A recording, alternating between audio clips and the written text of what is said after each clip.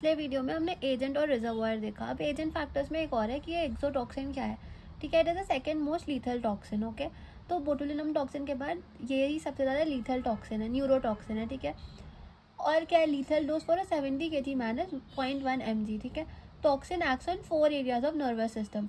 4 areas of nervous system क्या क्या? Brain, sympathetic system, motor end plates and spinal cord. ठीक है, principal action क्या है? इनहिबिट कर रहा है स्पाइनल रिफ्लेक्सेस को। ठीक है, पीरियड ऑफ कम्युनिकेबिलिटी नन, क्योंकि हमने देखा कि सोर्स ऑफ रिजर्वॉयर क्या था? रिजर्वॉयर तो सॉइल था ज़्यादातर, ह्यूमन से स्प्रेड नहीं हो सकता, तो period of communicability is none. Okay, तो ये सब क्या था? ये टॉक्सिन कहाँ पे एक्ट कर रहा है? ठीक है, ये था। अब होस्ट फैक्टर्स में एज, तो एज जो टेटानस होता है, it is a disease of active age. Active age मतलब 5 से 40 years. Okay, but it also occurs in newborn, जिसको न्यूनेटल टेटानस या टेटानस न्यूनेटोरम बोलता है। ठीक है, तो न्यूबॉर्न और प्रेग्नेंट मदर्स के पास ज़्यादा रिस्क है टेटानस डेवलप करने का। तो एज हमें समझ में आ गया कि एक्टिव एज में होता है, पर न्यूनेट्स में भी हो सकता है, और मदर्स में होता है जब मदर्स प्रेग्नेंट होती हैं तब, इसलिए टीटी वैक्सीन लेते हैं तब। ओके, तो sex it is most commonly reported in males. Okay, ज़्यादातर केसेस मेल्स के आते हैं। ऑक्यूपेशन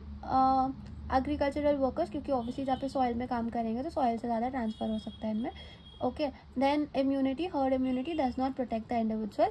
तो एक ही बार में अगर हर्ड इम्यूनिटी सब वैक्सीनेटेड है तो इंडिविजुअल प्रोटेक्टेड नहीं है, अलग होता है। ठीक है, clinical disease can not produce sufficient immunity against further infection and can be infected again.